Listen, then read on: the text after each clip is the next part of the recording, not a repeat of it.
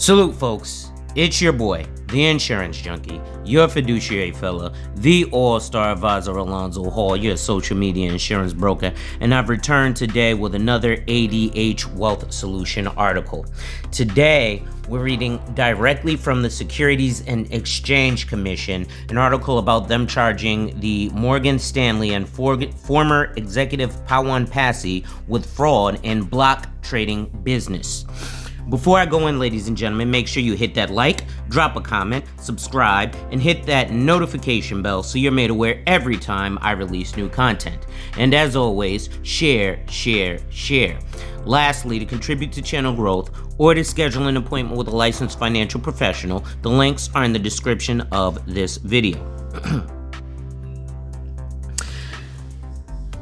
For immediate release, Washington, D.C., January 12, 2024. The Securities and Exchange Commission today charged investment banking giant Morgan Stanley and Company LLC and the former head of its equity syndicate desk, Pawan Passy, with a multi-year fraud involving the disclosure of confidential information about the sale of large quantities of stock known as block trades.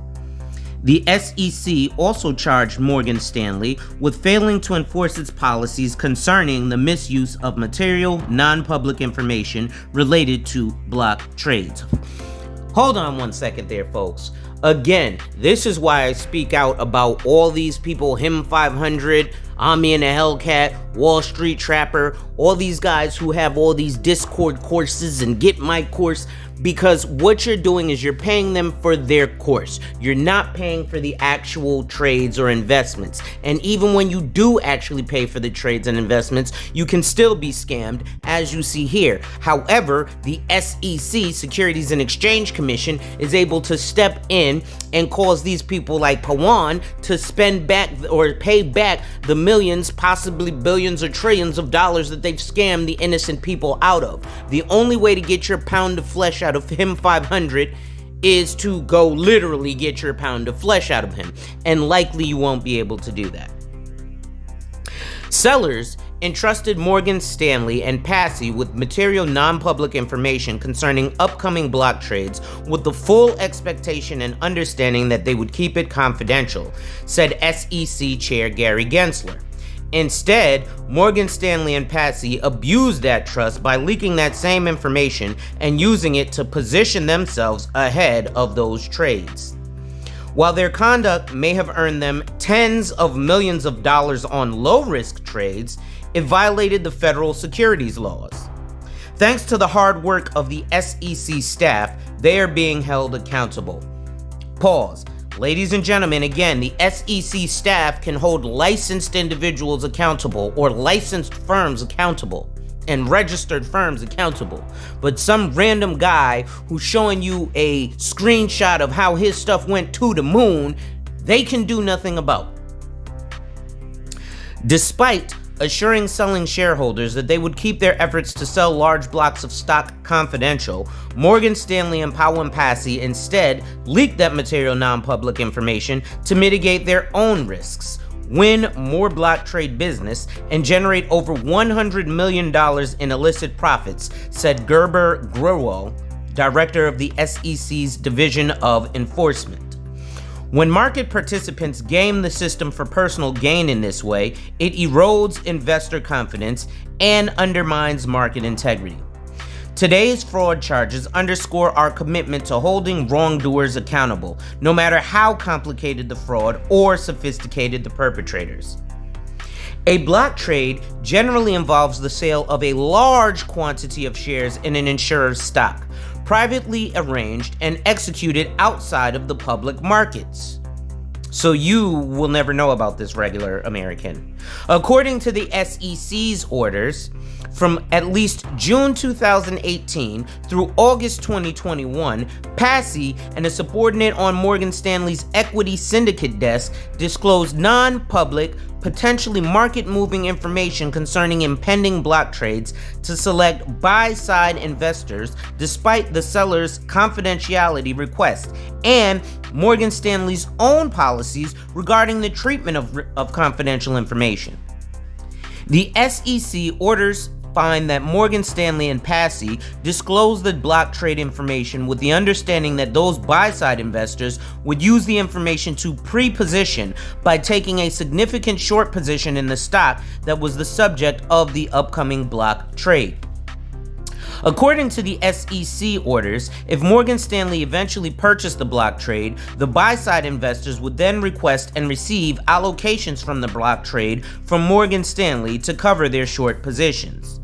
This pre-positioning reduced Morgan Stanley's risk in purchasing block trades.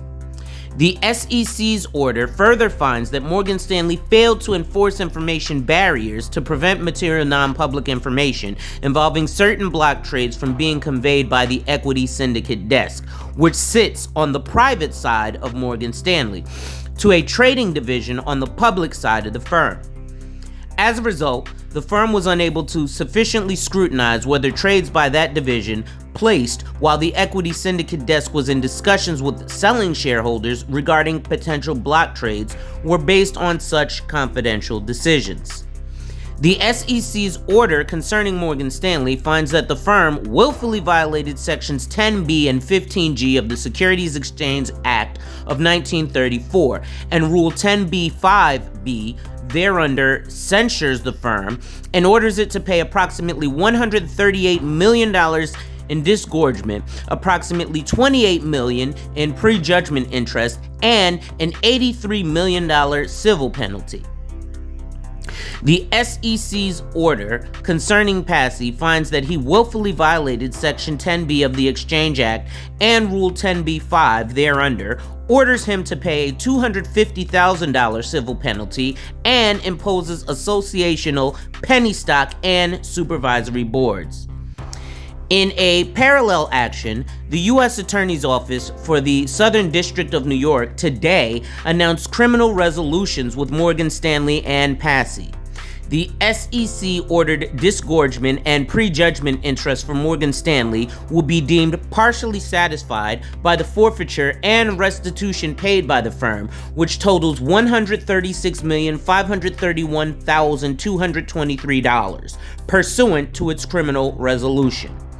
The SEC's investigation was conducted by David Bennett and Colby Steele in the Enforcement Division's Market Abuse Unit, with the assistance of John Marino, Darren Borner, and Matthew Coop of the Market Abuse Unit's Analysis and Detection Center, and trial counsel Suzanne Romajas and James Connor, and Carmen Taveras, Frank Brown, and Adam Yantz in the Division of Economic and Risk Analysis. The case was supervised by Paul Kim and Joseph Sansone. The SEC appreciates the assistance of the U.S. Attorney's Office of the Southern District of New York, the FBI, and FINRA, the Financial Industry Regulatory Authority.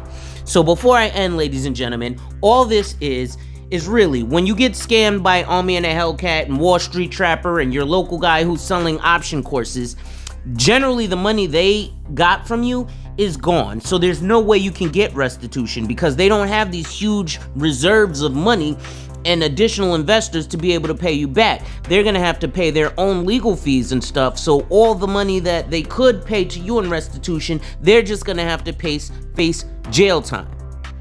Anyway, that's going to be it for today, ladies and gentlemen. Make sure you hit that like, drop a comment, subscribe, and hit that notification bell so you're made aware every time I release new content. And as always, share, share, share. Lastly, to contribute to channel growth or to schedule an appointment with a licensed financial professional, the links are in the description of this video. With that being said, ladies and gentlemen, wipe ass, work in progress every day and see success. And remember, when people challenge you, they don't challenge you to challenge you, but they challenge you to challenge you. Accept the challenge. Salute.